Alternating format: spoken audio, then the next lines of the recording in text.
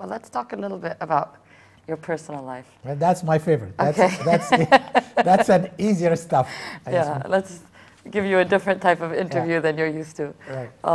When you're not juggling all these responsibilities, how do you enjoy spending your free time?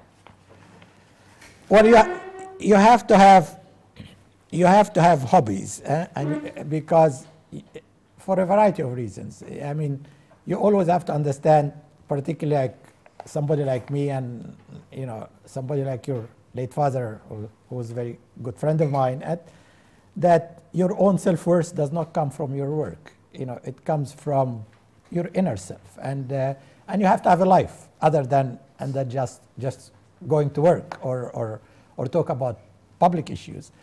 I have my own hobbies. Maybe they are distraction, but I love them. I love antique carpets. So, for example, I go regularly when I'm in Vienna to my friend who's a carpet dealer, and I exchange carpets and buy carpets. And it's an art. I love modern art, so that is something I do, collect modern art. I love watches. So I also of course love classical music and jazz, and depends on my mood. I mean, classical music, of course, as you know, is very structured, very cerebral. But it's wonderful. Sometimes I need, but more and more right now, I'm into Miles Davis, into Czech Korea, into the jazz.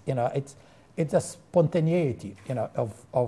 I mean, I live in a very structured life, and I need this let go. And I get this let go through jazz. And of course, the greatest joy of in my life is my granddaughter, who is 2 years old, and I spent two months with her working on my book in France, and feeding her her favorite baguette with butter and honey, or teaching her how to swim. So I mean, these are the kind of things, and of course, I have a very small core of group of friends where we can have fun, but also think about things.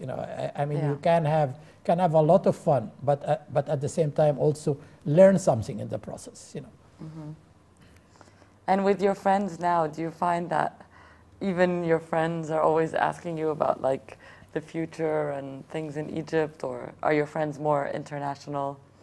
Well, frankly, most of my friends are more international. I mean, I have some in Egypt, but a lot of them are more international. I mean, I've moved in between New York, Geneva, Vienna, academia, international, international organizations. So I have friends everywhere, private friends, and yeah, I mean, a lot of them are, of course, I mean, everybody have a lot of think I'm crazy doing what I'm doing, and that it's, and a lot of them are concerned about my security, but you have to do, as they say, a man has to do what a man has to do, and I feel that I have at one point look at myself at the mirror and have a clear conscience that at least I've tried, to help, my countrymen to stand up and be counted, and so I'm quite happy doing what I'm doing. It's a physical aspect of it, which is a bit strange. Which is the tough part. Which is the part, yeah.